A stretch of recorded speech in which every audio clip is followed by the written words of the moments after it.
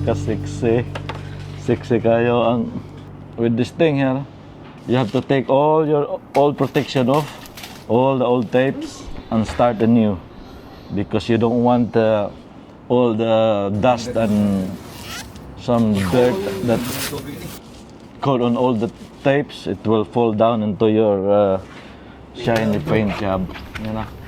So what we're gonna do is I'm gonna make some round tapes for this screw holes here.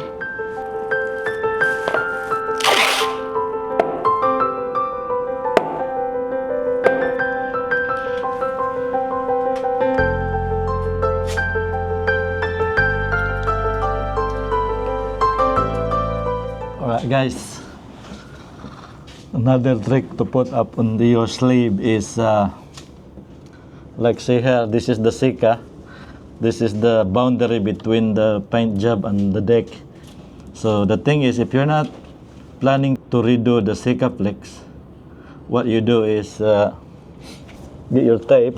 You're gonna have to put your tape slightly over the Sika, so the paint doesn't find its way down and bleeds into your Sika flex.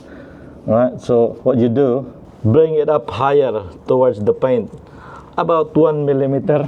So this is what it looks like, guys. It's just about 1 millimeter up higher than the actual black rubber, you see. And then the paint won't be able to go down and seep through the uneven surface of the Sika flex. All right. We've been prepping all this since yesterday. We've washed it with the soap and water, get rid of all the dust, and then we started taping yesterday. But you know, it's a very tricky one to tape because there's a lot of corners here. So one thing about this project is you really need to be patient with your preparation, man, because the preparation is as important.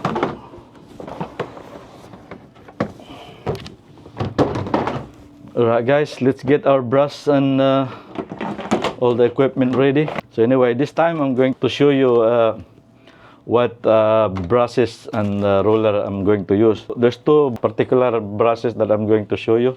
So I'll show you, first I'll show you the one that I am going to use, right? And then I'll tell you the reason why I want to use this one. So I'll have a look, take note, this is alright. And then another one, there's another one, it's ANSA Elite Pro, right? So this is the packaging right there, guys. So tell you the reason why I prefer to use this one, because we're doing a vertical project. This one, based on my experience, this one I prepare on the vertical, because the reason why, because the bristle on this one, it's a lot stiffer than this one. This one I prepare because if you do on the vertical, I can bring the paint down as much as I want. Just I can control it nicely. The problem with this one is as nice, but it's too supple. It's too soft. It's nicely tapered. I prepare the taper on this thing. It's so beautiful, man. But the problem with this is too soft, and you tend to leave a lot more paint on the surface, and then it's very critical on the vertical project, guys, because it's gonna sag if you put too much. There's a very fine line between enough paint and too much paint.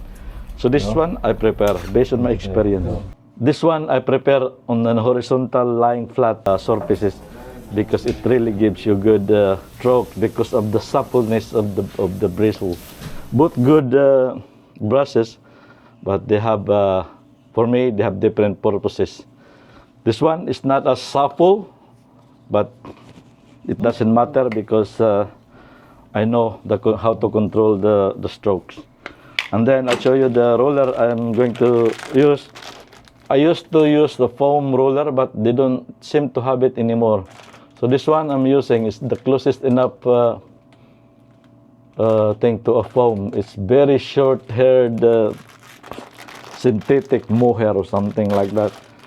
Take note, this is the one. So the thing is with this, you have to be very careful because this thing absorbs a lot of paint. So depending who's doing the rolling, you're gonna have to communicate with the person that rolls because of how much paint do you want onto the surface.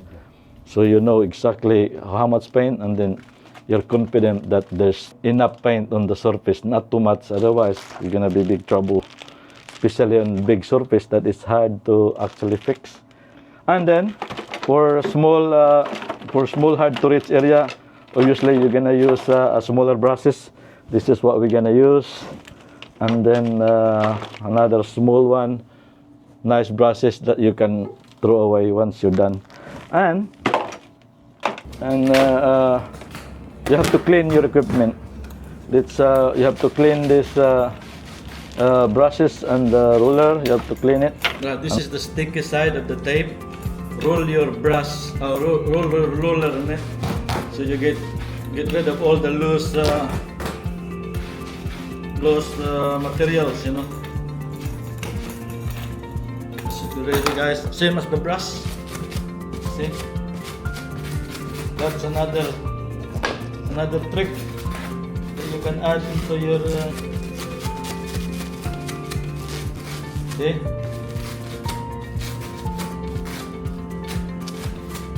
See, that's all the loose materials, all the loose bristles. Let's change it.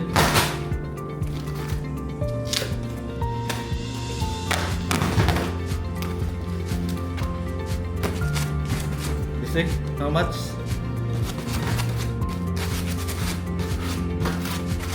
You know.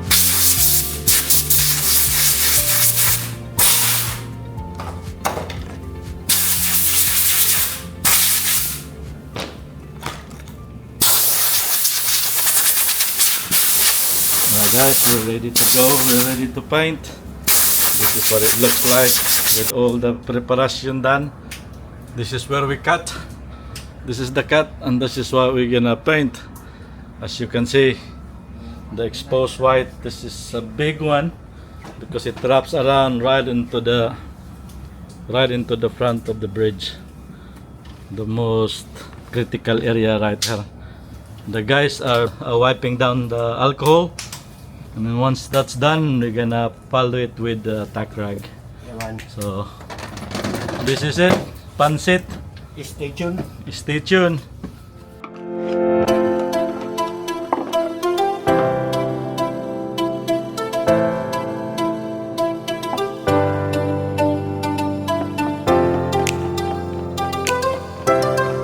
Alright guys, let's get down to business. Roll up your sleeve. Everyone, did everyone take a pee already and take a shit? Yeah, man. Alright, before you start, you make sure you're comfortable, because once you start, there's no stopping. So go to the toilet, relieve yourself, because depending on the size of your project, it's gonna be a long stretch of non-stop, guys. So your sleeves, knee pads, so you don't hurt your knee. Alright, so let's get down to business with a slack.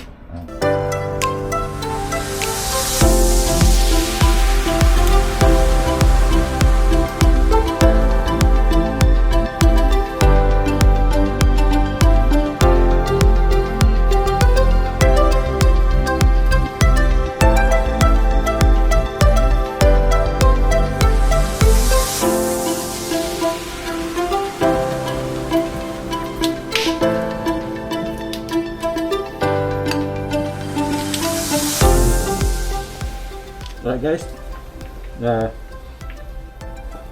this is it, man.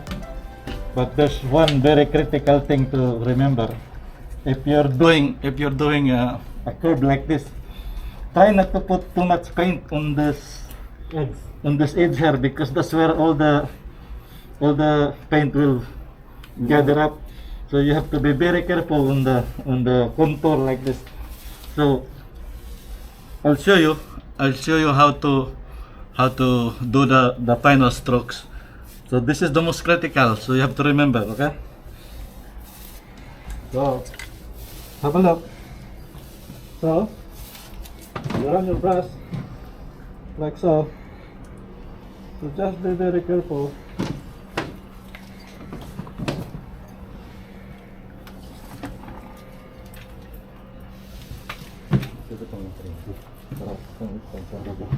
And then once you're in your hair, once you're on this corner, this is how you do it, guys.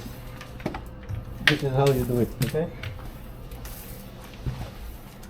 Get rid most of the paint on your brush. So there you go. Just take it easy like that. Flick it like that. Okay, like that. And then do not bring your brush like that. You just have to bring it into the edge. Don't bring it all the way down, because this is what you do. Come, this is, do not put too much paint, just slightly. This is the thing to finish it. And once you have all the, and then get rid of the paint on the brush, and then you go like this, like upwards, so it meets up on the corner like that. You see? Yeah, you got it. Got it, man. Like that. So going like that, slightly taper it off, but don't put a heavy hand on the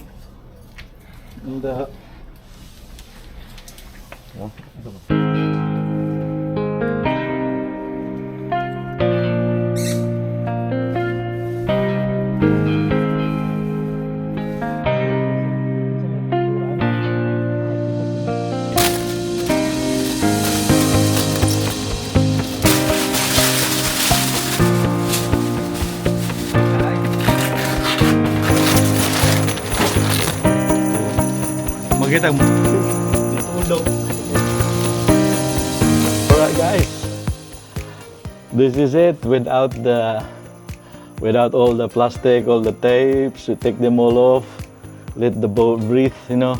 This is what it's look like. It's not completely finished yet because we still have to do all the Sika plex around the window glass panels, guys. So as you see, you know, when you come up here, you would never know that. Only you guys that follow me know where all the cut lines is. So it's our secret, guys. I'll show you. You never know, guys. You would never know.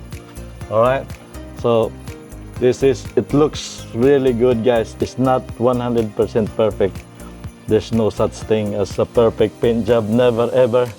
In my time on doing all this type of project, never ever. I'll show you one sag.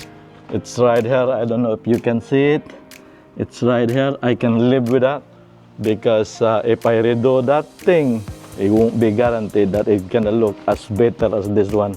I can live with that because that thing will be covered with the front canvas cover that covers the whole front here anyway, so I can live with that. So next week we're gonna do the Sika, so stay tuned on that, and then I'm gonna put all the hardwares back, so all the doors back. So yeah, so there you have it. Hopefully this video have given you guys an inspiration, especially to my crewmates on this yachting industry, to do your own big project like this. It's just a matter of practice, guys. You can do it. So anyway, if you have any question, drop it down below and then I'll answer it as much as I can. Well, thank you everyone for watching. I hope you enjoyed it as much as we enjoyed doing all the big challenges like this. I love it. So until next time, I'll see you on my next video, guys. So bye for now. Such a beautiful weather, man. Ciao.